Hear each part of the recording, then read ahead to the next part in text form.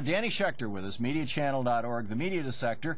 And Danny, from one liberal brother to another, can we bring our jobs back home? Help bring back the middle class? You know, I just was listening to your show, Tom, I must say, and, you know, you had a wonderful endorsement from a woman who imports wine from France. Right. You know, I'm not opposed to international trade, and in fact, I think that that's the perfect example of where trade is good. When we have, and in fact, if you go back and read Wealth of Nations, you know, Adam Smith's book in 1776, the point that he made is that if you've got a country that makes good wool and, you know, you use your natural resources, you got a country where they have good wool, you got another country where they have good cheese, you got a third country where they make good wine, they all three should trade with each other so everybody can have a glass of wine with their cheese and be warm with a sweater.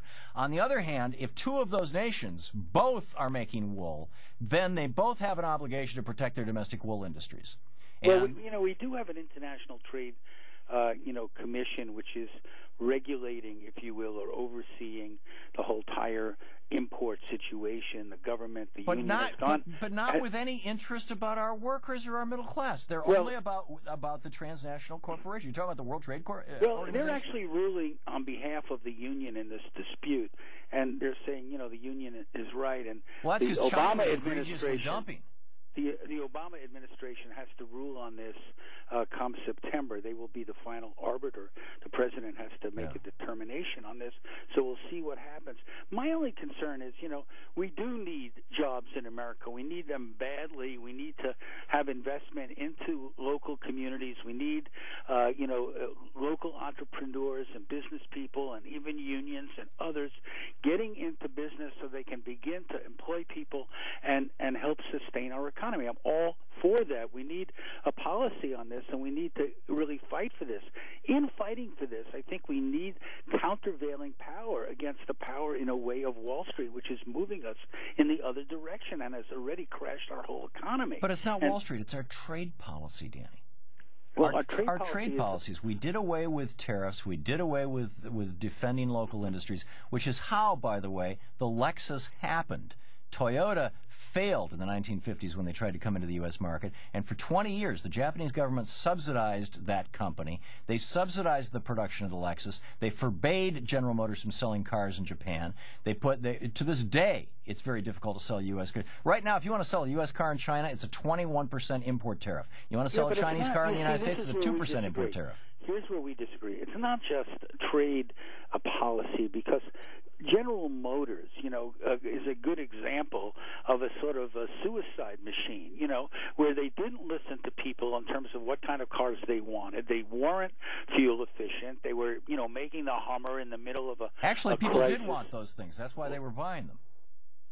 Well, people want them to some degree, but the net effect of it all has been, you know, to, in essence, make the U.S. auto industry unsustainable. Also, you know, General Motors got into the subprime lending business through its General Motors Acceptance. Oh, they made a lot of mistakes, and their biggest mistake was failing to see the future. But to say that the cars that they were making people didn't want is wrong. They were selling like hotcakes until the price of oil or gasoline went to $4 a gallon. But that's not the point. The point is that General Motors, and not just to pick on GM, you know, there's a whole bunch of these companies. They're, you know, a good chunk of an American-made car even now is actually made in China. Well, you know, there you go.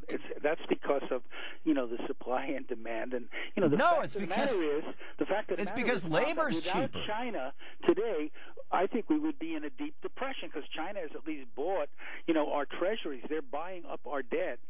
They're maintaining our economy in many ways. Now, I wish that wasn't the case. Well, and that's the result of Reagan borrowing, you know, $4 trillion to try and make the economy look good and starve out the Democrats. It's about the cost of pouring money into the desert. But forget about that, Danny.